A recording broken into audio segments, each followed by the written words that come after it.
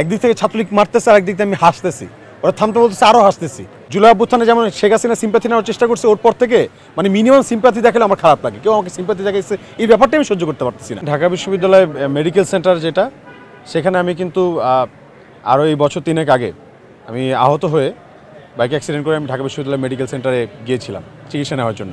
কিন্তু যাওয়ার পর হচ্ছে আমি প্রপার ট্রিটমেন্টটা পাই নাই, দীর্ঘদিন আসলে ভুগছি। দেন হচ্ছে আমি অনশনে চলে গেছি যে এই অব্যবস্থাপনা এটা দূর করতে হবে। এবং যখন হচ্ছে ওখানে অনশনে বসে যাই, তারপর কিন্তু প্রায় 58 ঘন্টা পর ভিসি আসেন এবং এসে তিনি অনশনটা ভাঙান এবং তিনি আশ্বাস দেন যে তিনি দাবিগুলো মেনে নেবেন এবং ঢাকা বিশ্ববিদ্যালয় মেডিকেল সেন্টারকে আধুনিক মেডিকেল সেন্টারে রূপান্তর করবেন। সো এই কমিটমেন্ট সে দিয়েছিল, আশ্বাস দিয়েছিল ভিসি আখতারুজ্জামান, কিন্তু সেই ভিসি স্যার কথা দিয়ে কথা রাখেনি। সো এই যে একটা মানে মিথ্যার আশ্রয়, এতগুলো মানুষের সাথে যে একটা প্রতারণা, শিক্ষার্থীদের সাথে একটা প্রতারণা, আমাদের প্রত্যাশার সাথে প্রতারণা, এটা আসলে আমি এখনও ভুলতে পারতেছি না। এখন পর্যন্ত মানে ওই ক্ষোভটা কেন যেন ভিতরে রয়ে গেছে, অভিমানের জায়গাটা রয়ে গেছে।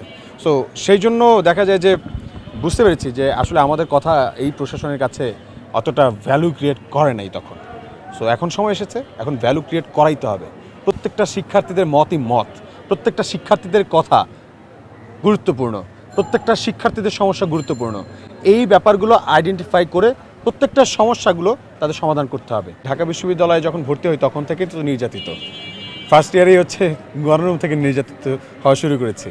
গেস্ট রুমে এসে মানে কঠিন মাইর খেয়েছি, জীবনে প্রচুর মাইর খেয়েছি। এত মাইর আমি আমার বয়সে খাই নাই, ঠিক আছে, বিশ্ববিদ্যালয়ে আসার আগে কখনো এরকম খাই নাই, এত মাইর খেয়েছি। তো মাইর খেয়ে মানে আপনি হয়তো খোঁজ নিতে পারেন আমার হলে গিয়ে, যে শুনবেন যে আমার রেকর্ড আরও খারাপ।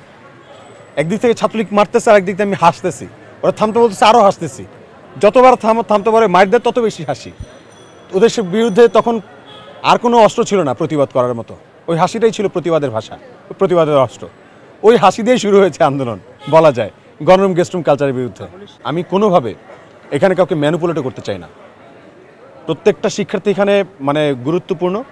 ঢাকা বিশ্ববিদ্যালয়ের প্রত্যেকটা শিক্ষার্থীর যোগ্যতা আছে বিবেচনা করার। সো যে বেশি কৌশলী সমস্যার সমাধান করতে পারবে, আমি বলবো প্লিজ আমাকে ভোট দিবেন না। যদি আমার স্ট্র্যাটেজি, আমার কৌশল বা আমার অ্যাপ্রোচ, নেগোসিয়েশন করার অ্যাপ্রোচ যদি ভালো না লাগে, আপনি আমাকে প্লিজ ভোট দেবেন না। আমি কোনোভাবে বলবো না আপনি আমাকে সিম্প্যাথি দেখান। I hate sympathy. জুলাই অভ্যুত্থানে যেমন শেখ হাসিনা সিম্প্যাথি নেওয়ার চেষ্টা করছে, ওর পর থেকে মানে মিনিমাম সিম্প্যাথি দেখালে আমার খারাপ লাগে। কেউ আমাকে সিম্প্যাথি দেখাইছে, এই ব্যাপারটা আমি সহ্য করতে পারতেছি না। প্লিজ কেউ সিম্প্যাথি দেখাবেন না। বি স্ট্র্যাটেজিক, যাক আপনি আপনার হিসাবটা করেন, যে আপনার জন্য কৌশলী হতে পারবে, যার কাছ থেকে আপনি সুবিধা আদায় করে নিতে পারবেন, যার সাথে একসাথে মিলেমিশে কর্তৃপক্ষের কাছ থেকে সুবিধা আদায় করে নিতে পারবেন, অধিকার আদায় করে নিতে পারবেন, তাকে আপনারা ভোট দেন।